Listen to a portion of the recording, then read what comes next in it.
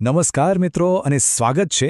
આજે આપણે એક એવા ટોપિક પર વાત કરવાના છીએ જે સાચું કહું તો આપણા ભવિષ્યની ચાવી બની શકે છે। જી હા, આપણે વાત કરી રહ્યા છીએ હાઇડ્રોજન એનર્જી વિશે। તો ચાલો આ શું છે તે સમજીએ અને હા, પરીક્ષામાં આના પર પૂરા માર્ક્સ કેવી રીતે મેળવવા એ પણ જાણીએ। જરા વિચારો, પેલું પ્રચંડ બળ જે રોકેટને પૃથ્વીના ગુરુત્વાકર્ષણમાંથી બહાર ખેંચીને અવકાશમાં મોકલે છે, એ શક્તિ ક્યાંથી આવે છે? એનો એક મુખ્ય સ્ત્રોત છે હાઇડ્રોજન।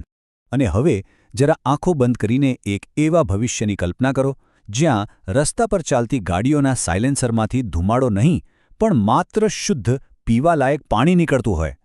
આ કોઈ કાલ્પનિક વાત નથી, આ શક્ય છે। તો રોકેટની એ જબરદસ્ત તાકાત અને પ્રદૂષણ વગર ચાલતી ગાડીઓ, આ બંને કમાલની ટેકનોલોજીને જોડતી કડી કઈ છે?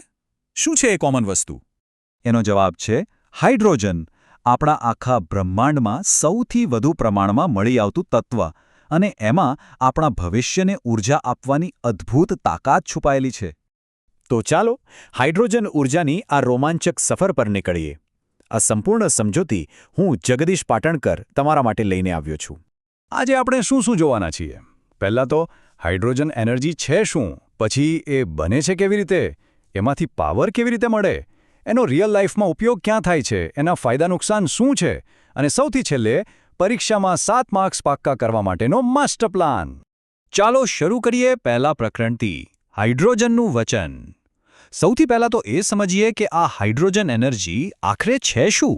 એકદમ સરળ ભાષામાં કહીએ તો હાઇડ્રોજનની અંદર જે કેમિકલ એનર્જી છુપાયેલી છે એને ગરમી કે પછી વીજળીમાં ફેરવવાની પ્રોસેસને જ હાઇડ્રોજન એનર્જી કહેવાય। એક વાત ખાસ યાદ રાખજો, અહીંયા આપણે એનર્જી બનાવતા નથી, ફક્ત એનું સ્વરૂપ બદલીએ છીએ। હવે હાઇડ્રોજનના કેટલાક ગુણધર્મો જુઓ। એ રંગ વગરનો, ગંધ વગરનો ગેસ છે, પણ સૌથી ઇમ્પોર્ટન્ટ વસ્તુ છે એની કેલોરીફિક વેલ્યુ। આનો મતલબ શું? મતલબ એ કે 1 કિલો હાઇડ્રોજનમાં 1 કિલો પેટ્રોલ કે ડીઝલ કરતાં લગભગ 3 ગણી વધારે એનર્જી હોય છે। જબરદસ્ત નહીં? બીજો મુદ્દો, ઉત્પાદનના 3 માર્ગો। તો આપણો આ ઊર્જાનો હીરો હાઇડ્રોજન આવે છે ક્યાંથી? ચાલો એની ઓરિજિન સ્ટોરી જાણીએ। એક બહુ જ મહત્વની વાત સમજી લો, બધા હાઇડ્રોજન એક સરખા નથી હોતા। એના 3 મુખ્ય કલર છે। આ ચાર્ટ જુઓ। લીલો એટલે કે ગ્રીન હાઇડ્રોજન, એ છે હીરો, કારણ કે એનાથી ઝીરો પોલ્યુશન થાય છે। ગ્રે હાઇડ્રોજન વિલન છે, જે સૌથી વધુ પ્રદૂષણ કરે છે, અને બ્લુ હાઇડ્રોજન એ બંનેની વચ્ચેનો રસ્તો છે। તો આ કલરનો ફરક કેમ છે? કારણ કે એ બનવાની રીત અલગ છે। ગ્રીન હાઇડ્રોજન સોલર કે વિન્ડ એનર્જીથી પાણીને તોડીને બનાવાય છે, એટલે જ એ એકદમ શુદ્ધ છે, જ્યારે બ્લુ અને ગ્રે બંને કુદરતી ગેસમાંથી બને છે। ફરક એટલો જ કે બ્લુ બનાવતી વખતે કાર્બન ડાયોક્સાઇડને પકડી લેવાય છે, જ્યારે ગ્રેમાં એને હવામાં છોડી દેવાય છે। પરીક્ષા માટે આ તફાવત બહુ જ જરૂરી છે, યાદ રાખજો। પ્રકરણ 3, ફ્યુઅલ સેલમાંથી શક્તિ। ઓકે, તો આપણી પાસે હાઇડ્રોજન આવી ગયો, પણ એમાંથી વીજળી કેવી રીતે બનાવવાની? ચાલો હવે એ જાદુને સમજીએ। આ આખી પ્રક્રિયા ફ્યુઅલ સેલ નામના એક ડિવાઇસમાં થાય છે। જુઓ કેટલું સિમ્પલ છે।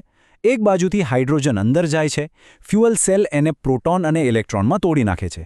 ઇલેક્ટ્રોન એક અલગ રસ્તેથી ફરીને કરંટ એટલે કે વીજળી બનાવે છે, અને અંતે આ બધું બીજી બાજુથી આવતા ઓક્સિજન સાથે જોડાઈને શું બનાવે છે? માત્ર શુદ્ધ પાણી। કોઈ ધુમાડો નહીં, કોઈ પ્રદૂષણ નહીં। કમાલ છે ને?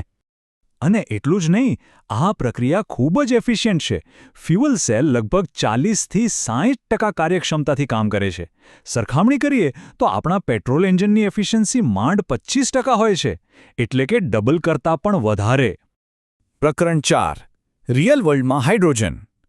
તો આ બધી વાતો ખાલી પુસ્તકોમાં જ છે કે પછી ખરેખર દુનિયામાં આનો ઉપયોગ થઈ રહ્યો છે? ચાલો જોઈએ કે આપણો આ હીરો રિયલ લાઈફમાં ક્યાં ક્યાં એક્શનમાં છે।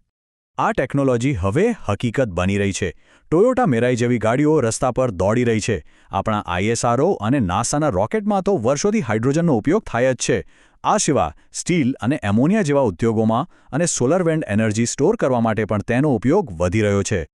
5મો મુદ્દો, ફાયદા વિરુદ્ધ ગેરફાયદા। જુઓ, દુનિયામાં કોઈ પણ ટેકનોલોજી પરફેક્ટ નથી હોતી। દરેક સિક્કાની 2 બાજુ હોય છે। તો ચાલો હાઇડ્રોજન એનર્જીનું પણ એક બેલેન્સ્ડ વ્યૂ લઈએ। ફાયદા તો આપણે જોયા જ, ઝીરો પોલ્યુશન, જબરદસ્ત એનર્જી અને રિન્યુએબલ સોર્સમાંથી બની શકે છે। પણ સામે પડકારો પણ છે. હાઇડ્રોજન ગેસનો સંગ્રહ કરવો બહુ મુશ્કેલ અને મોંઘો છે. એ ખૂબ જ જ્વલનશીલ છે, એટલે સેફટીનું ધ્યાન રાખવું પડે, અને હાલ એના માટે જરૂરી પાઇપલાઇન કે પંપનું નેટવર્ક પણ નથી. અને હા, ફ્યુએલ સેલ પણ ઘણા અલગ અલગ પ્રકારના હોય છે. આ ટેબલ જુઓ. પીએમ ફ્યુએલ સેલ ઓછા તાપમાને કામ કરે છે, એટલે ગાડીઓમાં વપરાય છે. તો બીજી તરફ એસઓએફસી જેવા ફ્યુએલ સેલ છે, જે 1000 ડિગ્રી જેવા ઊંચા તાપમાને કામ કરે છે અને મોટા પાવર પ્લાન્ટ માટે વપરાય છે. દરેકનો ઉપયોગ અલગ અલગ છે. અને હવે આવે છે સૌથી અગત્યનો ભાગ.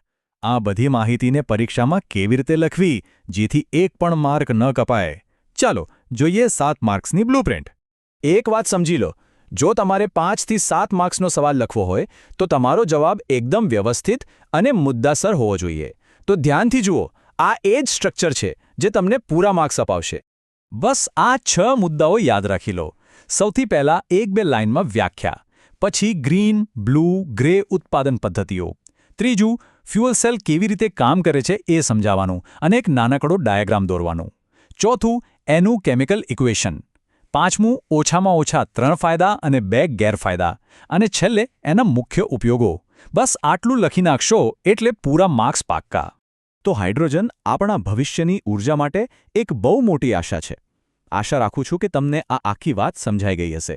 જો તમને આ માહિતી ગમી હોય તો પ્લીઝ આને લાઇક કરો, તમારા મિત્રો સાથે શેર કરો, અને હા, આવા જ બીજા ટોપિક્સ માટે અમારી ચેનલ ધ સિલેબસને સબસ્ક્રાઇબ કરવાનું ભૂલતા નહીં.